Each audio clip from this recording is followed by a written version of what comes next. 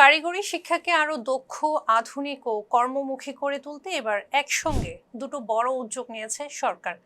একদিকে হাজারো শূন্য শিক্ষক পদে নিয়োগ প্রক্রিয়া এগিয়ে নেওয়া হচ্ছে, অন্যদিকে 2027 শিক্ষাবর্ষ থেকে ষষ্ঠ শ্রেণীর শিক্ষার্থীদের জন্য চালু হচ্ছে নতুন দুটি পাঠ্যপুস্তক।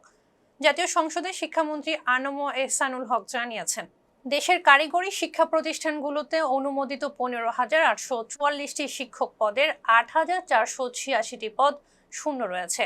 তবে এরই মাঝে 2,204টি শূন্য পদে নিয়োগের সুপারিশ চেয়ে সরকারি কর্ম কমিশনের রিকুইজিশন পাঠানো হয়েছে। এছাড়া 45তম বিসিএস এর মাধ্যমে 97 জন ক্যাডার ও 349 জন নন ক্যাডার শিক্ষক নিয়োগের সুপারিশ করা হয়েছে।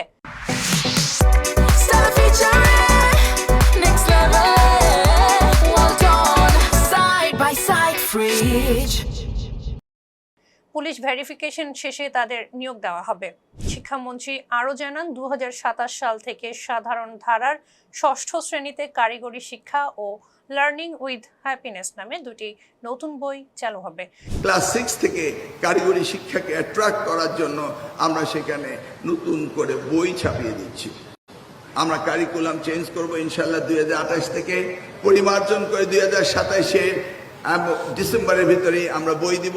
সেই প্রস্তুতি আমরা নিচ্ছি, শিক্ষায় যেন কোনো ব্যত্যয় না ঘটে সেই জন্য আমরা কাজ করছি। এসব বইয়ের মাধ্যমে শিক্ষার্থীরা কারিগরি শিক্ষার বিভিন্ন ক্ষেত্র, প্রয়োজনীয় দক্ষতা, কর্মসংস্থানের সুযোগ ও উচ্চশিক্ষা সম্পর্কে ধারণা লাভ করবে।